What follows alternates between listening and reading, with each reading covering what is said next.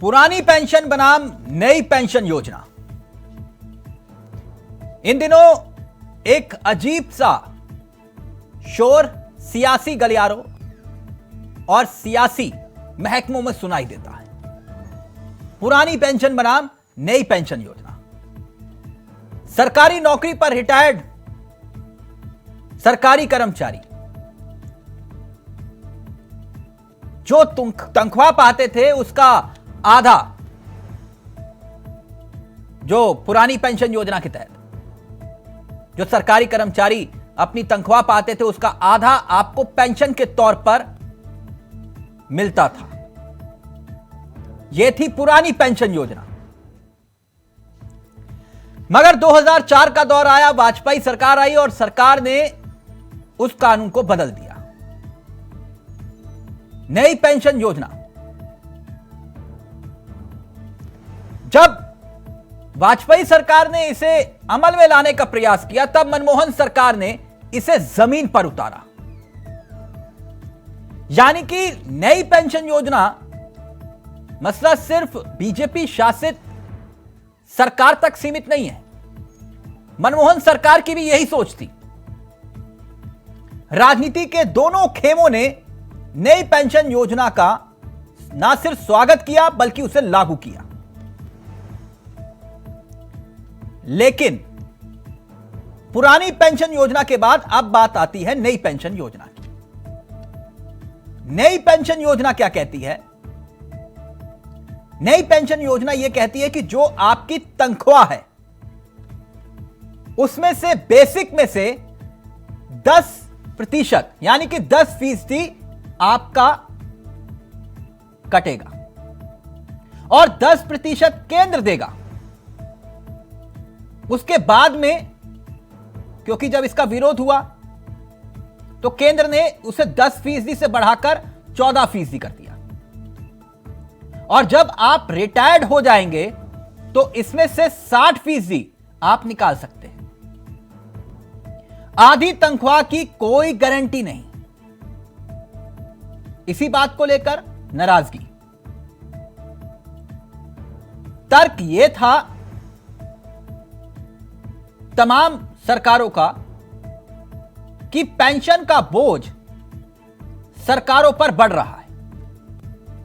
इस वजह से ओल्ड पेंशन स्कीम लागू करना संभव नहीं है। लेकिन तमाम राज्यों में यह आवाजें सामने उठ के आई और इसे अलग अलग राजनीतिक दलों ने मुद्दा बनाया। गैर बीजेपी शासित राज्यों में इस पर मुखर होते हुए तमाम राजनीतिक दल सामने आए, सरकारें भी बनाई। उदाहरण के तौर पर छत्तीसगढ़, पंजाब, झारखंड और राजस्थान। पुरानी पेंशन योजना को लागू करने की बात छत्तीसगढ़, पंजाब, झारखंड, राजस्थान। अब सवाल खड़ा हुआ कि हमारे मंत्री विधायक एक दिन भी अगर विधायक की शपथ लेते हैं, मंत्री की शपथ लेते हैं तो उन्हें पेंशन मिलना शुरू हो जाती है। हालात तो यह तक थे कि पेंशन के रूप में 5.25 लाख रुपए तक की पेंशन ली गई।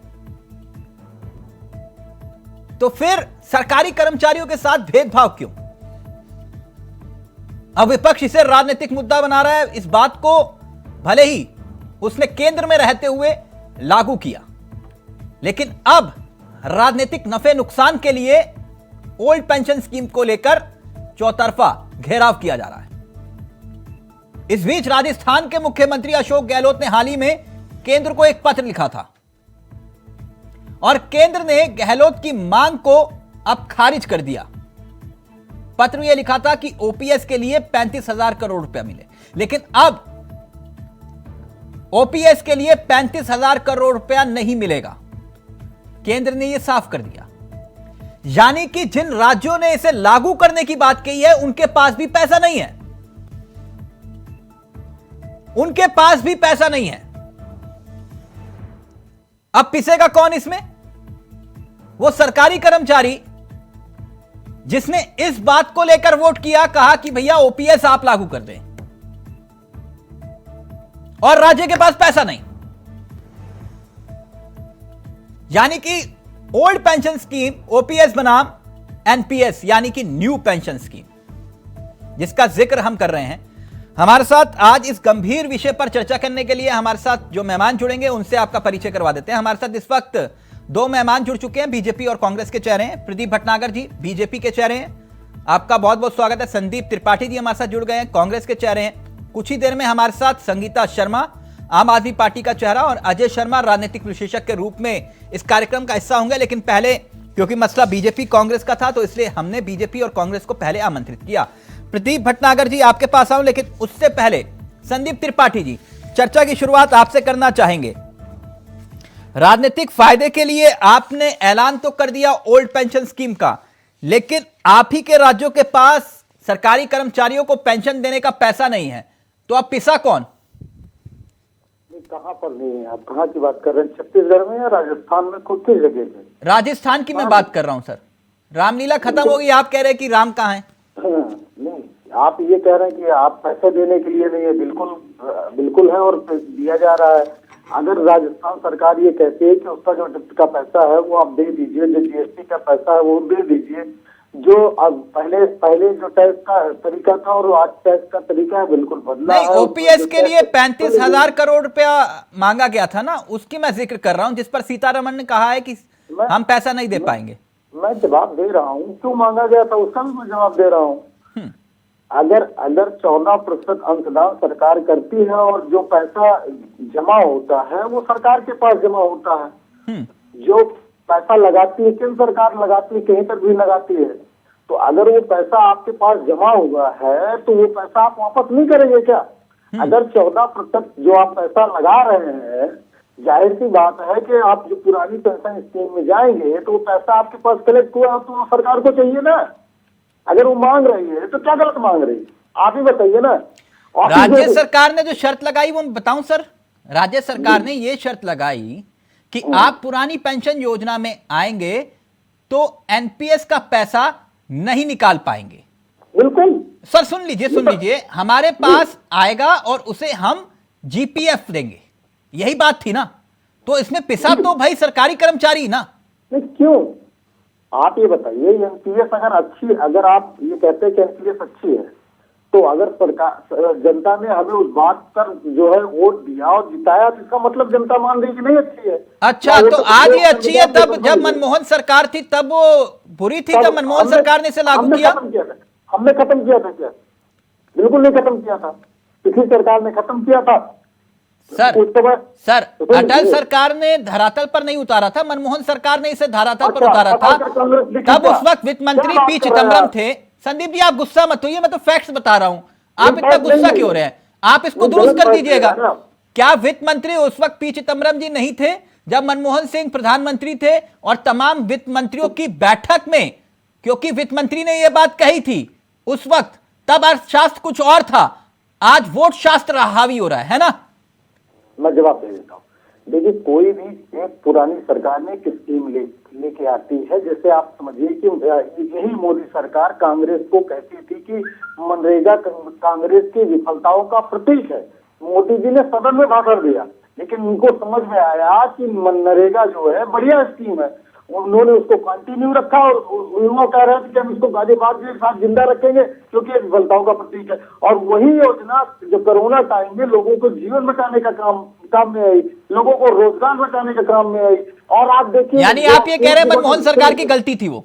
सुन लीजिए, नहीं बिल्कुल गलती नहीं। क्या बात कर रहे हैं? अटल बिहारी वाजपेयी, क्या आप कैसी बात कर रहे हैं? तिलक जी आप कहते हैं तथ्यों को बात करते हैं, क्या यही तक है आपका? अटल बिहारी वाजपेयी ने खत्म किया, हमने उसको कंटिन्यू, जब किसी ने मांग नहीं किया, किसी ने आंदोलन उस समय किया था क्या? किसी ने बात रखी थी क्या कि ये नहीं, ये होना चाहिए? कोई जो नई चीज आई वो लागू करके गए, उसका परिणाम ही नहीं आया था, रिजल्ट नहीं आया था।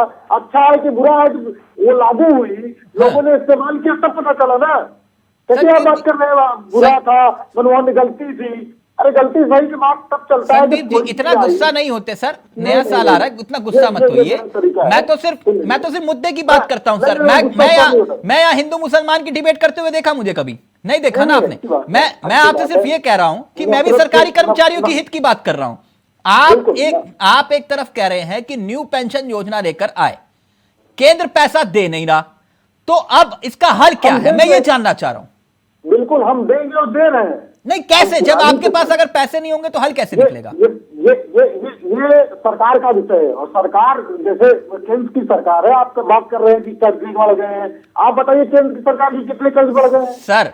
कितने %? सुन लीजिए संदीप जी मुझे एक बात बताइए ना, ये 35 रुपए का सवाल नहीं है, 35,000 करोड़ का सवाल है साहब। अरे मैं कह रहा हूँ सरकार वो राजस्थान सरकार है, वो आपका घर नहीं है कि बजट बिगड़ जाएगा। बहुत सारे तरीके होते हैं, बहुत सारे फंड होते हैं सरकार के पास, बहुत सारे रिसोर्स होते हैं। अगर हम जिस दिन नहीं देंगे उस दिन आप हमारा काम में पकड़िएगा ना, आप हाइपोथेटिकल क्यों हो रहे हैं?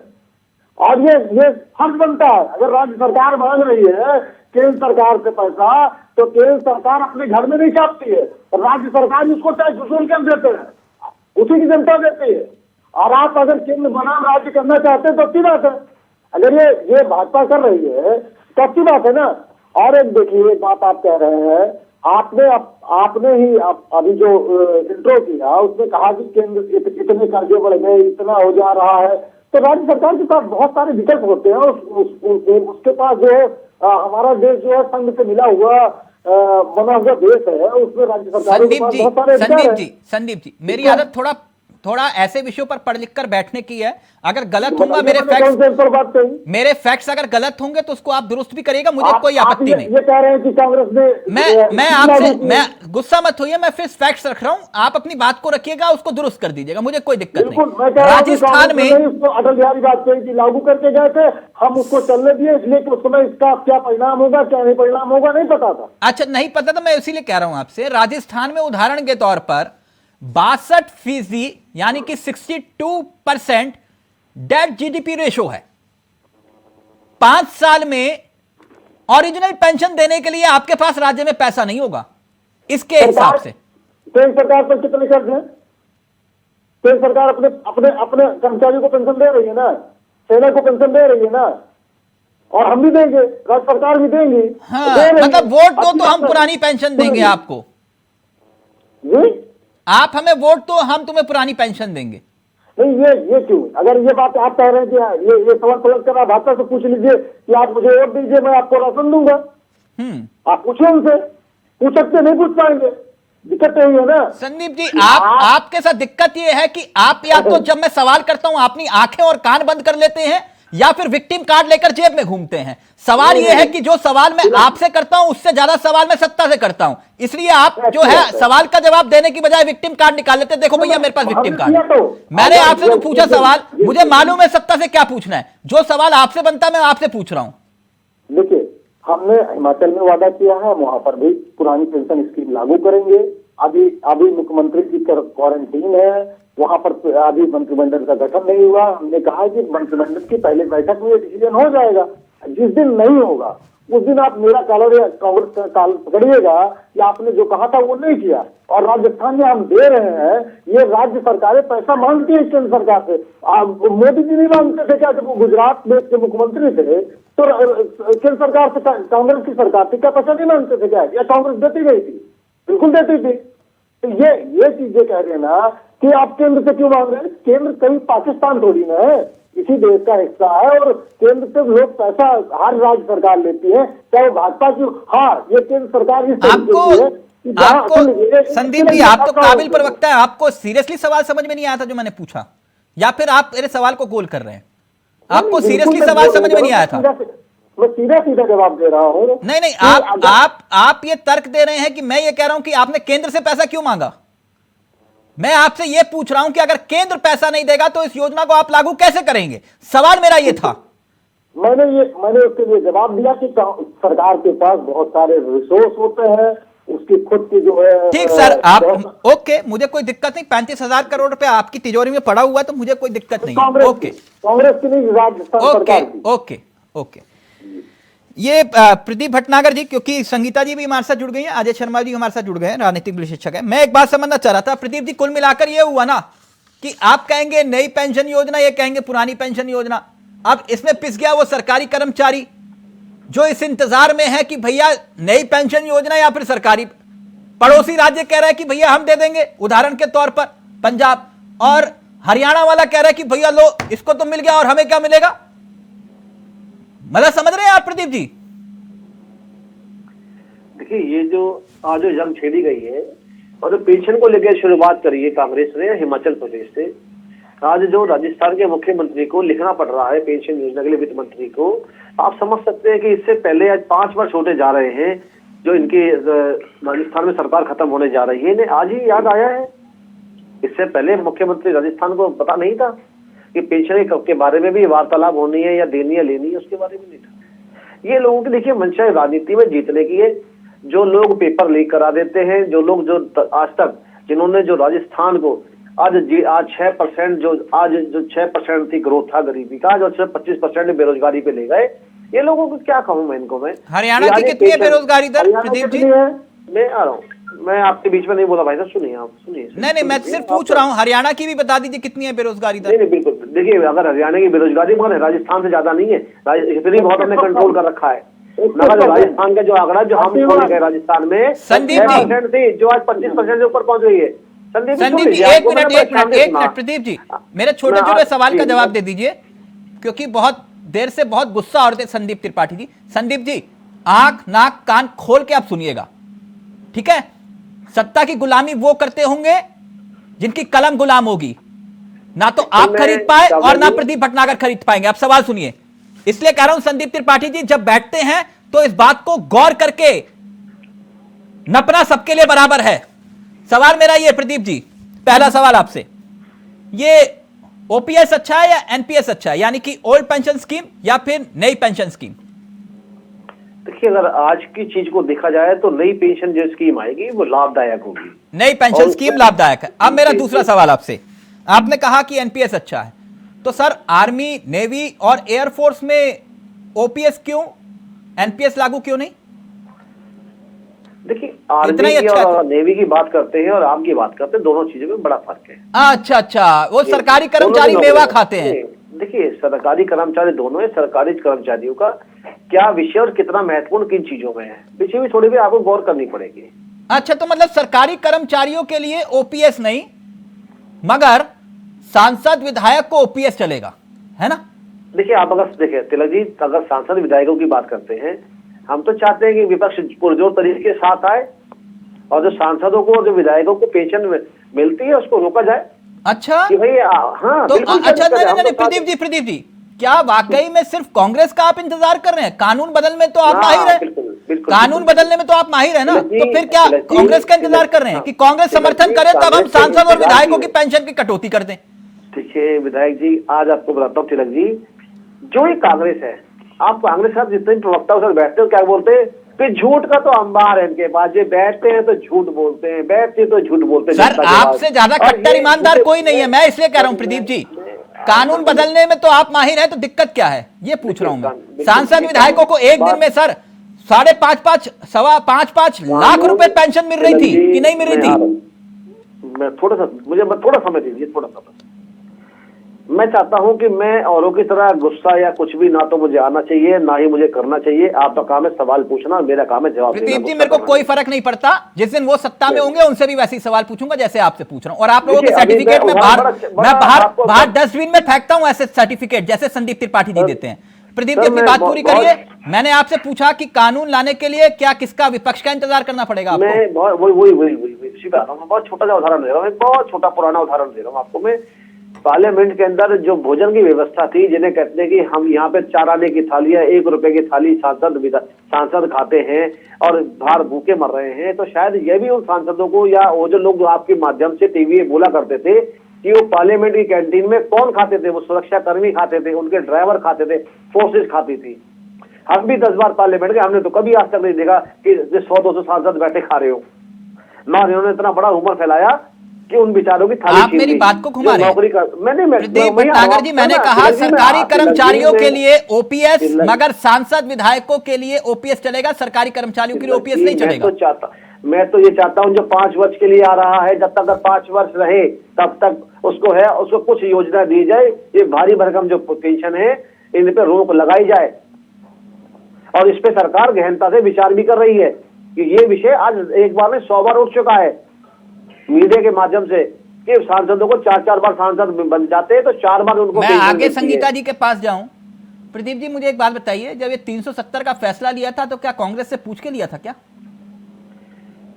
बिल्कुल बिल्कुल, आपने भी अच्छी बात। देखिए 370 खत्म करने के लिए हमारे मैनिफेस्टो में था और हम इनका संकल्प ले रखा था। अच्छा, हमने तो जब भी ओपीएस में चुनाव कोई लड़ा, संकल्प नहीं है हमने आपका? कहा था नहीं, देखिए भारत का विकास, भारत की उन्नति, गरीब को आगे लाना, ये हमारा अच्छा, आज भी संकल्प ओके। है और रहेगा। ओके। संगीता शर्मा जी, ये मसला तो ओल्ड पेंशन स्कीम का है और आपने कहा देखा पंजाब में ये फॉर्मूला तो है, अमल कर गया, अब तो मुफ्त वाली में इसमें भी जोड़ लो। लेकिन ये प्रदीप जी बता रहे हैं कि ये जो है राज्य और केंद्र के लिए आर्थिक सेहत के लिए हानिकारक है। देखिए तिलक भाई, जब विधायकों और मंत्रियों को मिलती है पेंशन तो वो सेहत के लिए हानिकारक नहीं है, लेकिन जब जनता को मिलती है और जो गवर्नमेंट एम्प्लॉई हैं जनता के बीच के, जो इस पेंशन के हकदार हैं, उनको मिलती है तो ये आर्थिक परेशानी है। तो ये दोहरा चाल चरित्र साफ नजर आता है।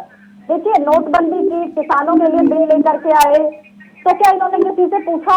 अग्निवीर योजना इतनी बड़ी ले आए तो क्या इन्होंने विपक्ष का समर्थन मांगा?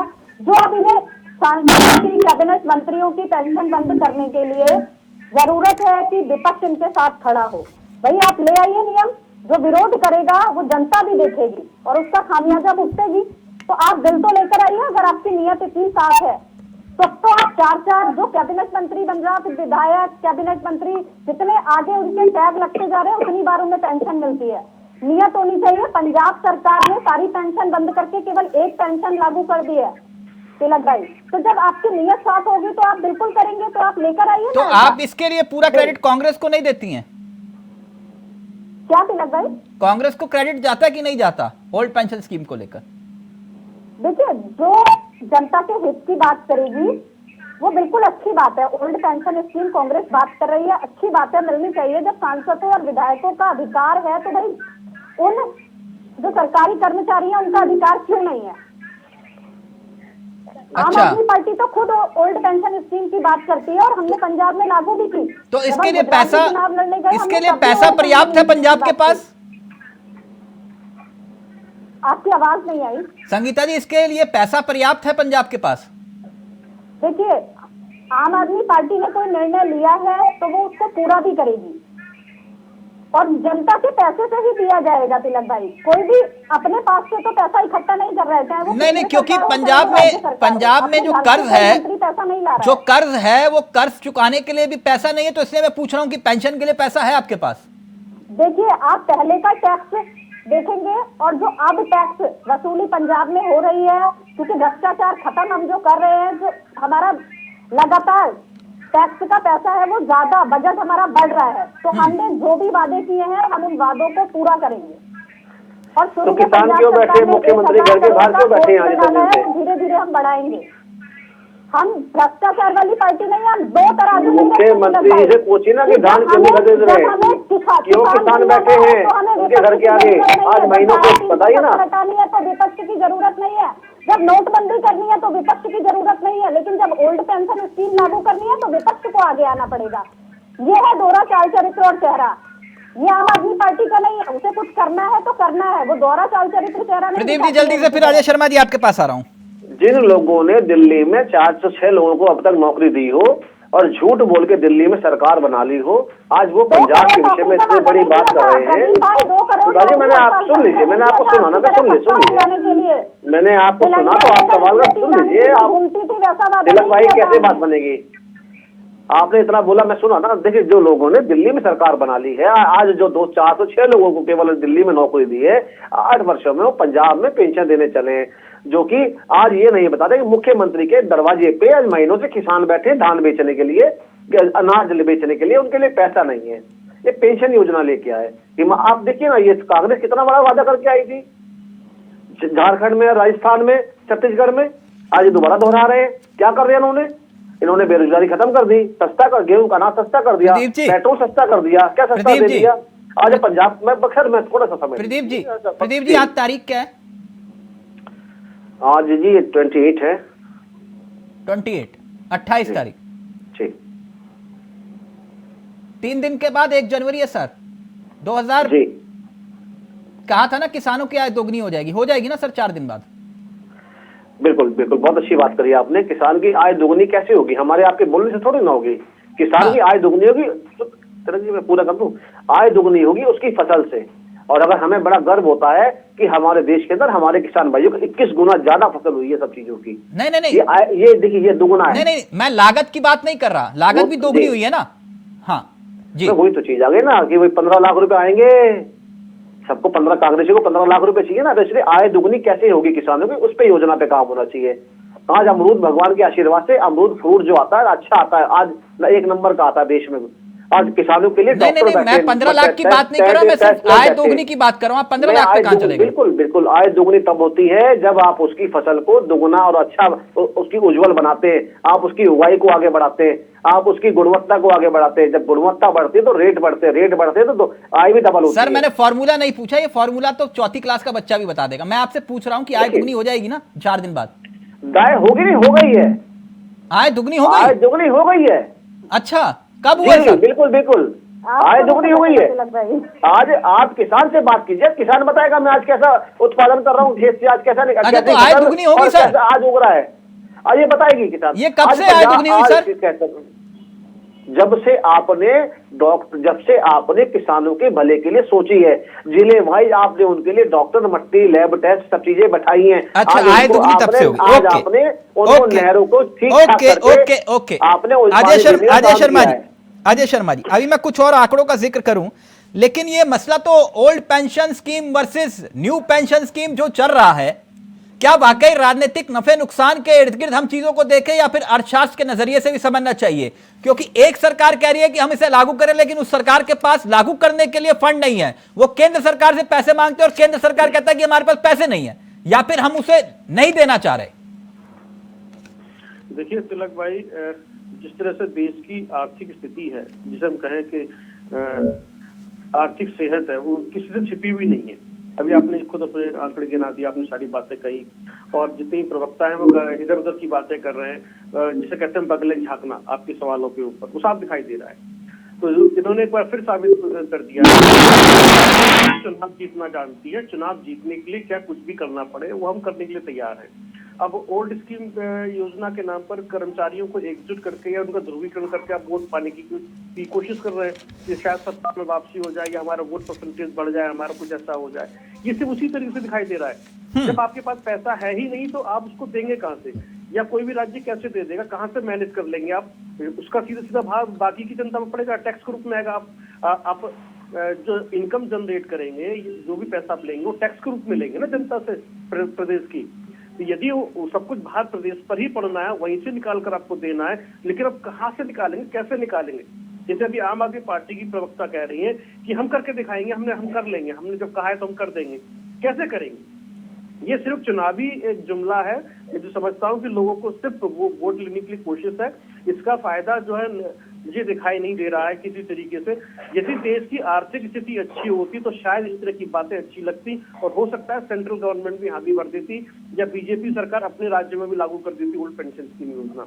लेकिन ऐसा नहीं हो पाएगा। यदि उस वक्त की आर्थिक स्थिति देखें जब अटल बिहारी वाजपेयी जो है प्रधानमंत्री थे और इसको लागू किया गया 2004 के अंदर, तब से लेकर आज तक हमारी आर्थिक स्थिति क्या है, ये गौर करने वाली बात है। तो इसलिए इसके ऊपर सिर्फ हम एक ऐसी बहस कर रहे हैं जैसे इतिहास के ऊपर बहस होती है, इसमें बदला कुछ नहीं जा सकता। हाँ। तो ये वही स्थिति दिखाई दे रही है। लेकिन त्रिपाठी जी, कांग्रेस का ये तर्क है कि भाई जो जिनका हक है उनको मिलना चाहिए, वो हम दे रहे हैं, इसमें दिक्कत क्या है?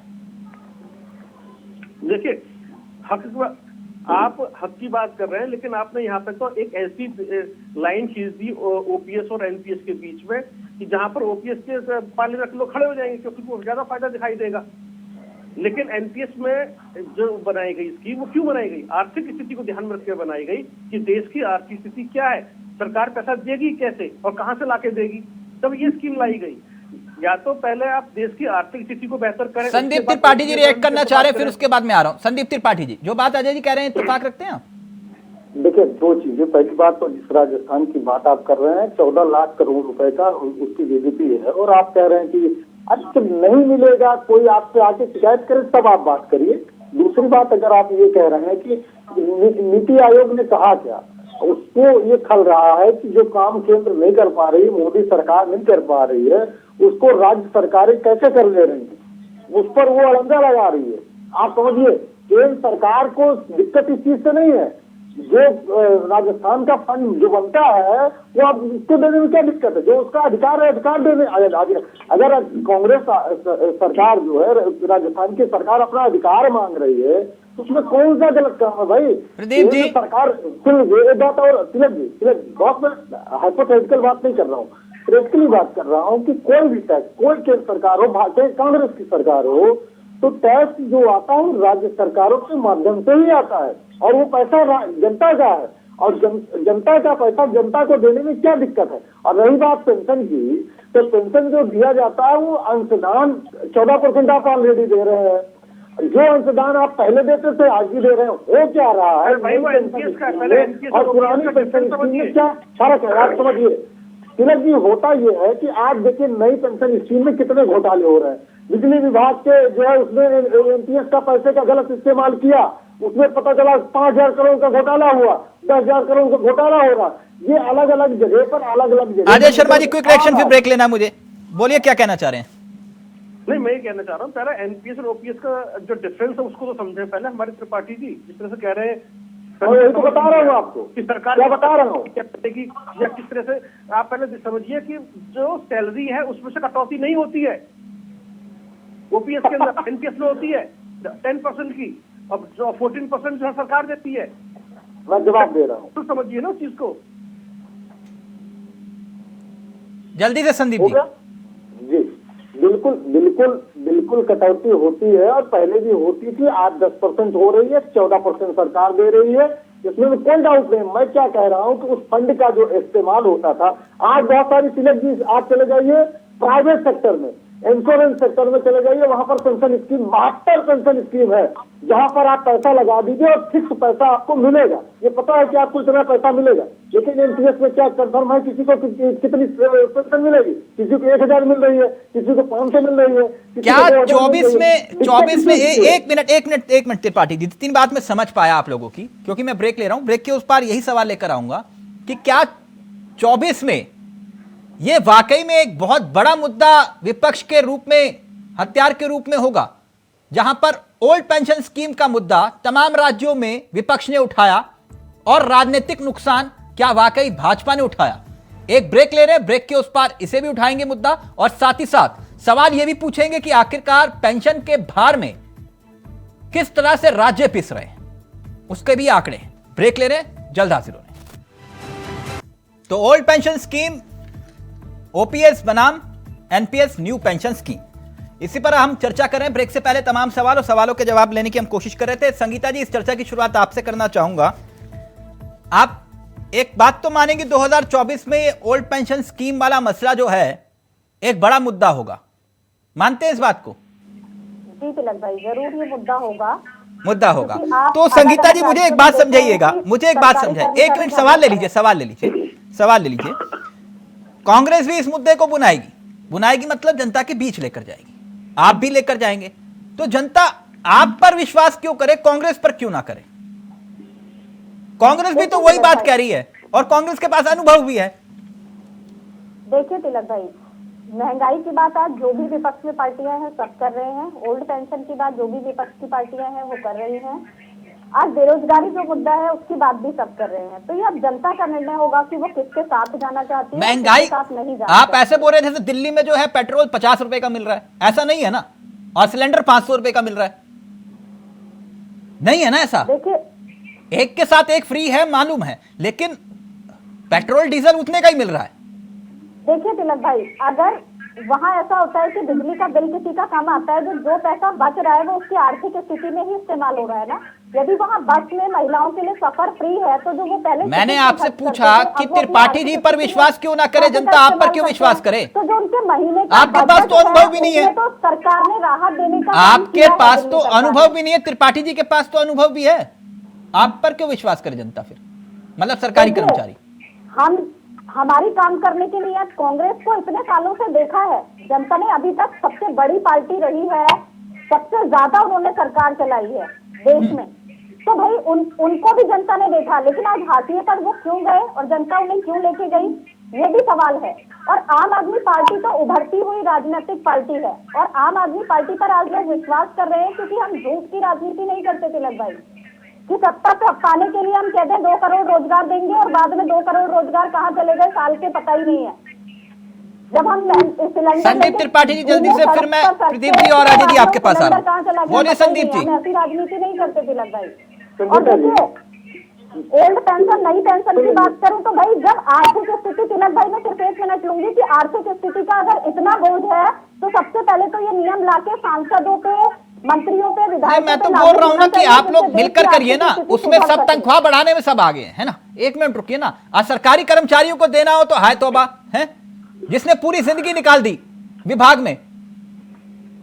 मैं जवाब दे देता हूँ त्रिपाठी जी प्लीज जल्दी से। तिलक जी अब अभी 2022 की बात हो रही, तो 2022 में इनके बहुत सारे वादे पेंडिंग पड़े थे। सबको आवास मिल जाएगा, बुलेट ट्रेन चल जाएगी, स्मार्ट सिटी बन जाएगा, 2 करोड़ रोजगार हर वर्ष मिलने लगेगा, आदर्श गांव बन जाएंगे, किसानों की आय दुगनी हो जाएगी। अभी ओपीएस पर वो कह रहे हैं कि जनता हम पर विश्वास करेगी, संगीता जी कह रहे हैं। सुन लीजिए, ये सब 2022 के वादे थे। अब आ जाते हैं ओपीएस पे। अगर ओपीएस कांग्रेस देती रही है, पुरानी पेंशन तो कांग्रेस देती रही है ना।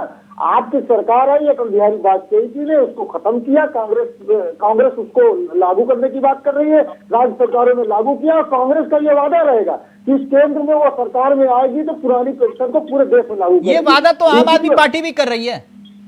सुन लीजिए एक बात, मैं हम तो कह रहे हैं, हम तो पहले देते रहे। और एक बात आप समझिए भाई, पहली बात प्रदीप भटनागर जी और भाजपा ये बता दे कि क्या ये कहते हैं कि आप ये मैनिफेस्टो में इस बात को नहीं शामिल करेंगे। ये 2024 के चुनाव में इस बात को मैनिफेस्टो में शामिल नहीं करेंगे, इस बात का क्या वादा कर रहे हैं आज? पलटू नाम हुए हैं। मैं पूछ लेता हूँ प्रदीप जी, ये कह रहे हैं कि पेंशन 1 रैंक की बात भी करी थी हमने तो, अरे कहा दिया और आपने अमल नहीं कर दिया, फिर क्यों नहीं करा? क्यों नहीं करा? कहा मिला? करा। अरे कहाँ करा? वही तो चीज है। पेंशन 1 रैंक की जो बात करी थी आप लोगों ने, नहीं होने दी आपने। सुप्रीम कोर्ट ने आप जो आज बात पे आ रहे हैं, आप नहीं, आप मुझे बताइए कि राजस्थान में अब चुनाव मूड आ रहा है, चुनाव के मूड में वादा किया, उससे पहले क्यों नहीं किया आपने? झारखंड में आज क्यों? उससे पहले कहाँ चले गए थे? जब 5 वर्ष पूरे होने जा रहे हैं, अब चुनाव आ रहा है, आज आप क्यों वादे कर रहे हैं? आपने राजस्थान में जो वादे करके आए थे त्रिपाठी जी, सुन तो लीजिए, आपके सवाल है त्रिपाठी जी, आपसे सवाल है, पक्ष आपसे, आप भी सत्ता में बैठे हैं, आपसे सवाल है, सुन लीजिए। तो हमने आपको रोका है कि आप भी अच्छा करिए, आप एमपी में कर दीजिए, वहां भी चुनाव होने वाले हैं, कर दीजिए, किसने मना किया है? देखिए, झूठे वादों से परे जो कह दे वो करे, भाजपा सरकार है, आप जैसे भी नहीं है। हाँ सुन लीजिए, अरे साहब सुन लीजिए, आप ये बोलते बहुत ज्यादा। राजस्थान में कुछ नहीं करा, आप दिल्ली, आप यूपी में चुनाव लड़के तो बेटी हो, वादे करते हो, राजस्थान में बेटी नहीं है, छत्तीसगढ़ की बेटी नहीं है। फिर सुनो, मीडिया ने सवाल सबसे पहले ये करा कि आप हिमाचल में किस तरह आप जो है रोजगार बढ़ाएंगे और कैसे पेंशन देंगे। आज तक वो प्रश्न जवाब नहीं दे पाया। त्रिपाठी जी पीछे बोले जा रहे हैं, आप बोले जा रहे हैं, बोले जाने से क्या होगा आपके? मैं कहता रहा हूँ, जो आपने राजस्थान या 1.5-2 साल आपने सरकार चलाई मध्य प्रदेश में, किसानों को कर्जा माफ करेंगे, आप एक कभी माफ नहीं करके आए। आपने राजस्थान में एक कभी कर्जा माफ नहीं करा। सुन तो लीजिए भाई साहब, सुन तो लीजिए, आप कैसे झूठ बोल देंगे? आप भाई साहब सुन लीजिए, आप बोले जा रहे हो, पीछे बोले झूठे है ना आप भी इतना बोलते दिखा रहे हैं, झूठे है ना आपने धोखाधड़ी करी ना, राज्य की जनता का धोखाधड़ी करी ना आप लोगों ने। कहता तभी उत्तर प्रदेश में आपके 400 विधायकों की जमानत जब्त हो गई बेचारों की। आप ज्यादा बोले क्या दिखाएंगे? आप बोल लीजिए, मैं सुन लेता हूँ, कोई बात नहीं। आप ये कह रहे हैं कि हमने मध्य प्रदेश में कर्ज नहीं माफ किया, तो आपकी जानकारी के लिए बता दूं, कांग्रेस ने आप जैसे झूठों के लिए श्वेत पत्र विधानसभा में लेके आई। श्वेत पत्र क्या होता है उसके बारे में पढ़ लीजिएगा। दूसरी बात, शिवराज सिंह जी के परिवार के लोगों का कर्ज माफ हुआ है, आप कह रहे किसी का कर्ज नहीं माफ हुआ है। अच्छा, 3 महीने बाद आपके जो अबकारी मंत्री थे उन पर एफआईआर दर्ज क्यों हुई मध्य प्रदेश में, जरा बताइए। 3 महीने बाद ही अबकारी विभाग के जो मंत्री थे उन पे केस दर्ज क्यों हो गया? उन्हें इस्तीफा क्यों देना पड़ा भाई? ये बता दीजिए। मुद्दे पर आते हैं। आपका जो सवाल था, 1 मिनट संदीप त्रिपाठी, आप जनता से वो वादे कर पूरे घर झूठ बोलना। आप हिमाचल में कर देंगे, आप पेंशन आप चालू कर देंगे, आप राजस्थान में कुछ करा लिए आपने, छत्तीसगढ़ में जनता परेशान कोई है। झूठ मत बोलो, कोई झूठ मत बोलो, हैं? झूठ कोई मत बोलो। सबको खुदा के पास जाना है, ना बंगला है ना गाड़ी है। नहीं, इन्हें नहीं जाना ना, सबसे बड़ी बात है, इन्हें तो अमर रहना है। एक मिनट, वैसे भी किसी ने कहा है झूठ मत बोलो, जोर जोर से मत बोलो, बार बार मत बोलो।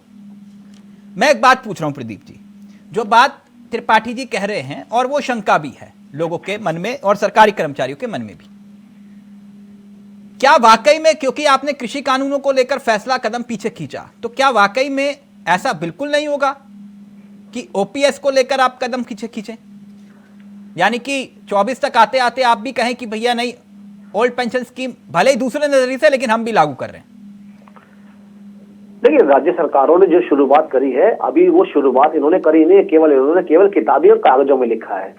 पहली चीज तो मैं आपको बताऊं, जो आप केंद्र सरकार के विषय में कह रहे थे कि केंद्र सरकार, अगर ये आपने जो कृषि कानून की बात करी, कृषि कानून किस लिए करा गया? क्योंकि 1 साल से ऊपर हमारे देश का किसान बैठा हुआ था और आज वो किसान ठगा महसूस कर रहा है कि कुछ राजनीतिक लोगों ने, और अभी उस विषय में नहीं जा रहा, मैं सिर्फ आपसे ये पूछ रहा हूं कि क्या वाकई कोई संभावना नहीं बनती कि आप भी कहें कि भैया नहीं, हम भी ओल्ड पेंशन स्कीम लागू करते हैं, जबकि राजनीतिक नुकसान हो रहा है, ये बात आप भी समझ रहे हैं? देखिए, मैं आपको बताऊं, देखिए, राजनीतिक नुकसान हम परवाह नहीं करते। भारतीय जनता पार्टी सबसे पहले देश का विकास है, जो देश का आगे बढ़ना और विकास, क्योंकि आज हमें 2.5 जगह लड़ाई लड़नी है देश में। तो यानी ओल्ड पेंशन स्कीम लागू नहीं होगी किसी हाल में भी? कहता रहा हूँ आज आप ये कह रहे हैं कि किसी भी हाल में ओल्ड पेंशन स्कीम लागू नहीं होगी?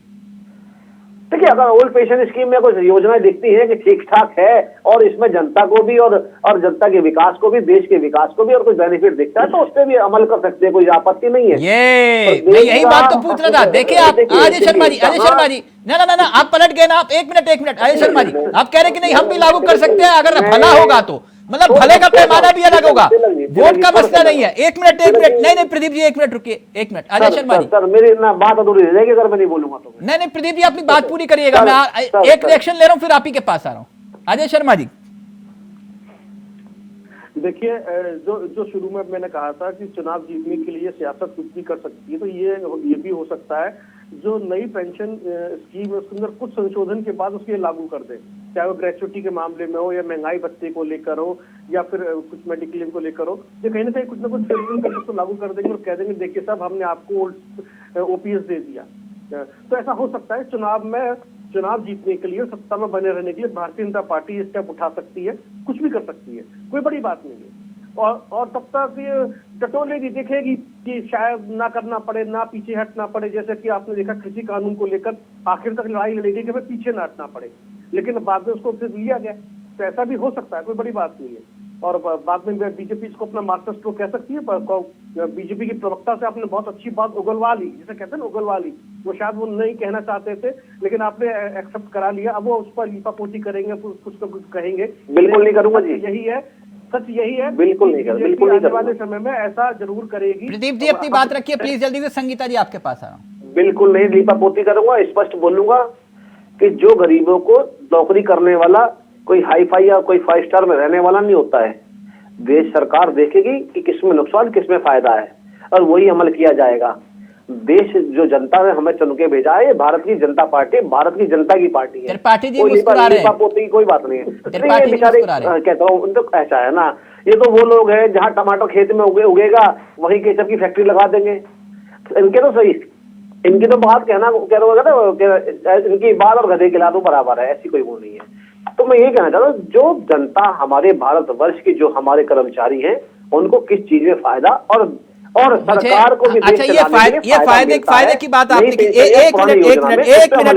एक मिनट सर, क्योंकि मेरी आदत है आंकड़ों के साथ बात करने की, तो जरा मैं एक आंकड़ा और भी रख दूं। अगर आप कहते हैं कि जनता का हित है इसमें, फिर त्रिपाठी जी आपके पास आ रहा हूं, तो फिर मुझे एक बात बताइए, आपके शासित राज्यों की ही मैं बात कर रहा हूं, पेंशन का भार कितना है मैं उसका जिक्र कर लूं, जो कि राज्य सरकारों का खुद का राजस्व है, यानी कि वो जो राजस्व की कमाई करते हैं, उसका आंकड़ा मैं आपके सामने रख रहा हूं। पेंशन का भार है असम पर 40%, बिहार में तो अब आप हैं, लेकिन बिहार में भी लगभग 60% के आसपास पेंशन का भार है राजस्व की कमाई में से।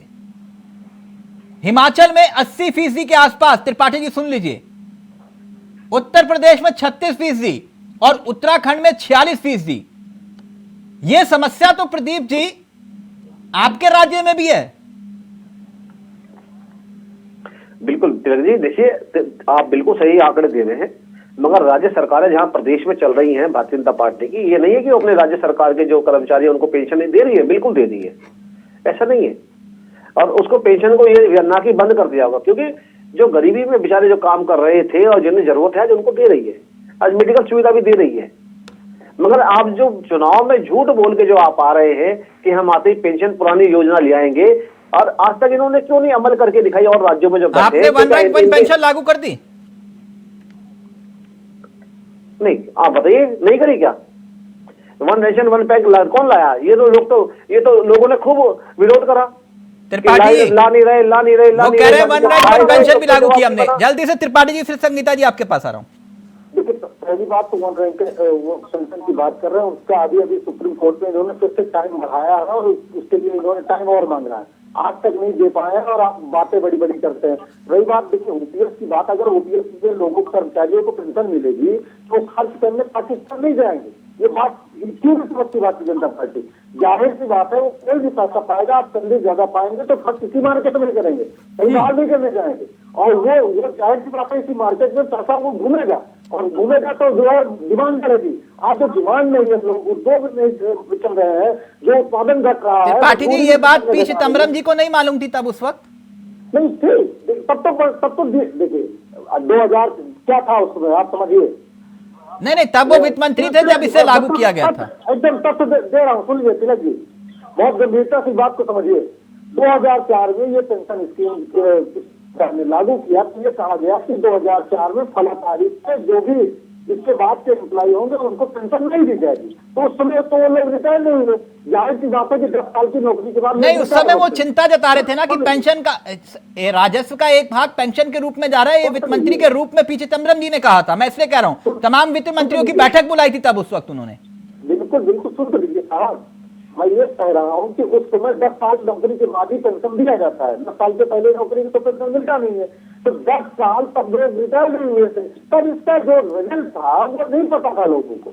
जब 10 साल बाद लोग रिटायर होना शुरू किए, नई भर्ती वाले 2004 के बाद वाले, तब ही इसका रिजल्ट आया कि इसका तो नुकसान हो रहा है। जब आज अजय जी इत्तेफाक रखते हैं आप त्रिपाठी जी की बात से, फिर आ रहा हूँ संगीता जी आपके पास।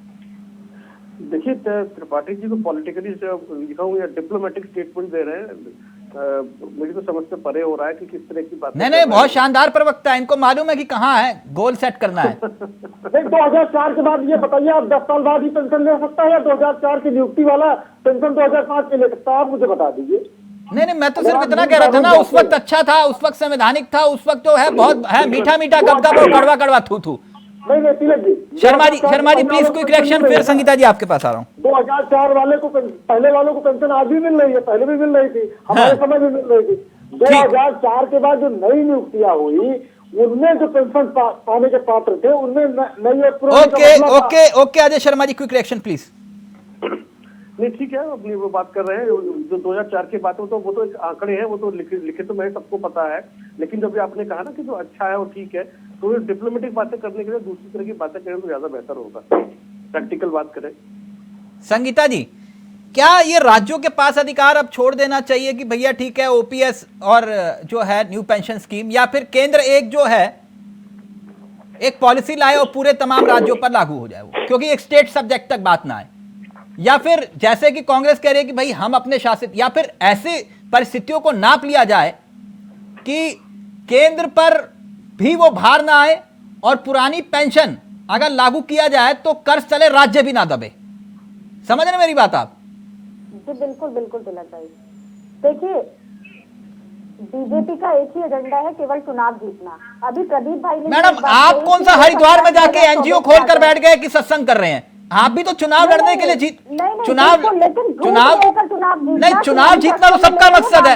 अगर आप बोले कि नहीं हमारा माध्यम तो है, हम तो सत्संग करेंगे हरिद्वार में बैठ के गंगा किनारे। भाजपा कॉमन, मैं सीधे सी बात कहूंगी तिलक भाई, भाजपा कॉमन सिविल कोड की बात करती है, तो केंद्र में इनकी सरकार है, अधिकतर राज्यों में इनकी सरकार है, ये केंद्र से उसे पास क्यों नहीं कराते कि पूरे देश में कॉमन सिविल कोड होना चाहिए ना। धर्मांतरण कानून की बात होती है, हर राज्य आपने मांग करी एक बार भी? बनाता है, क्या आपने मांग करी? नहीं आती।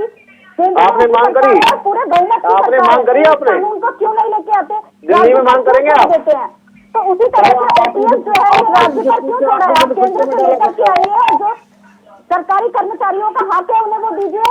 और फाइनल कमेंट आपका प्रदीप जी। उन्होंने कहा था कि प्रदीप जी एक मिनट संगीता जी गुस्सा नहीं, संगीता जी गुस्सा नहीं। जरा दिल्ली का बजट देखिएगा, पहले दिल्ली का बजट कितना था, हमने दुगना करके दिखाया है। तो नियत होनी चाहिए। जवाब दीजिए प्रदीप जी जल्दी से। कुछ होता है फिर भी जो है स्कूल की टीचर अभी भी कच्चे में है, प्रिंसिपल नहीं है। ये इन्होंने बजट करा, इन्होंने अपना बजट देखिए। सुधा जी मैं आपके बीच में नहीं बोला, संगीता जी मैं आपके बीच में नहीं हुआ। सुनिए देखिए आपके इन्होंने आप तक इन्होंने जो है एक सवाल एक मीडिया हाउस में सवाल पूछा दोनों मुख्यमंत्री से कि आपके बच्चे गवर्नमेंट स्कूल में क्यों नहीं पढ़ते हैं? तो बोल करके चले गए वो बोले जा रही है आप सुनी नहीं है किसी के। अरे मुझे आप एक बात बताइए, अभी आप बिजली फ्री की बात करिए, तिलक जी कैसे बात करेंगे यहाँ बैठ करके? मैं बोलूंगी इन्होंने भी बात करी बिजली फ्री की। सुन लीजिए अभी बिजली फ्री की माफ करी, चल 200 यूनिट फ्री है तो 201 यूनिट वाले की फ्री क्यों नहीं है? 210 वाले की यूनिट फ्री क्यों नहीं है? उसके पूरे 200 यूनिट क्यों देने पड़ रहे हैं? उसे 10 यूनिट क्यों नहीं देने पड़ रहे हैं? अगर आप फ्री स्कीम लाए सुन लीजिए, मैं आपके बीच में नहीं बोला ना, आप बीच में मत बोलिए बिल्कुल भी। मैं आपके पीछे बोला मतलब सभी अब ज्यादा बोल के दिखा रहे हैं आप। आपसे टीचर आपसे पक्के करे नहीं गए डीटीसी बसे, आपसे गाली नहीं गई।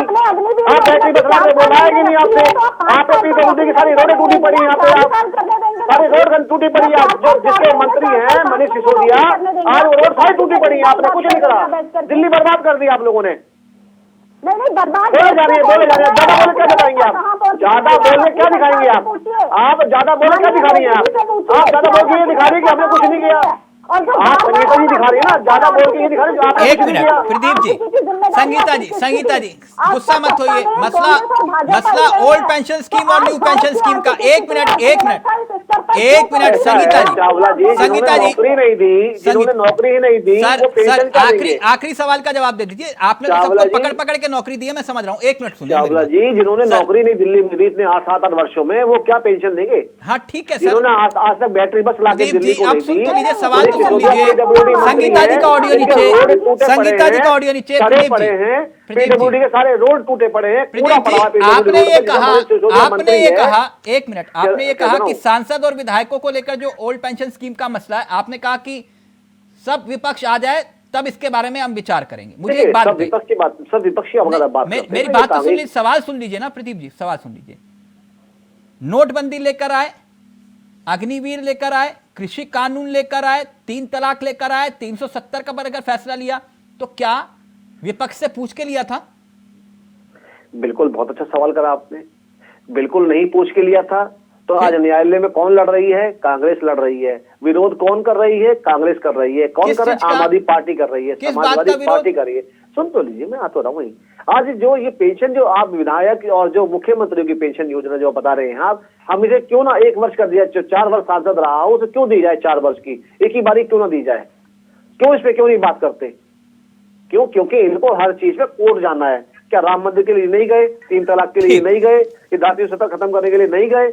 ये हर बार कोर्ट गए और इनके कौन से मंत्री गए? ओके, यानी आपने कुल मिला के ये कहा कि अगर वक्त का तकाजा रहा तो ओल्ड पेंशन स्कीम पर हम भी विचार कर सकते हैं, अगर कुछ फायदा और जनता के लिए या होता है और जनता के लिए, या फिर है नहीं यहाँ तो फायदा नहीं है, सत्ता में आया ना आए, कंप्रोमाइज कोई नहीं देश। यानी कुल मिलाकर मैं समझू अजय जी, जो बात मुझे त्रिपाठी जी भी समझा गए, प्रदीप जी भी समझा गए और संगीता जी, तुम हमें वोट दो, हम तुम्हें पुरानी पेंशन स्कीम देंगे। इन्हें वोट दो, ये झूठ बोलेंगे सत्ता में आने। जनता के ऊपर छोड़ देते सर, जनता के ऊपर, जनता के। हाँ बिल्कुल बिल्कुल, संगीता जी गुस्सा नहीं। Okay okay okay, thank you so much, बहुत बहुत शुक्रिया।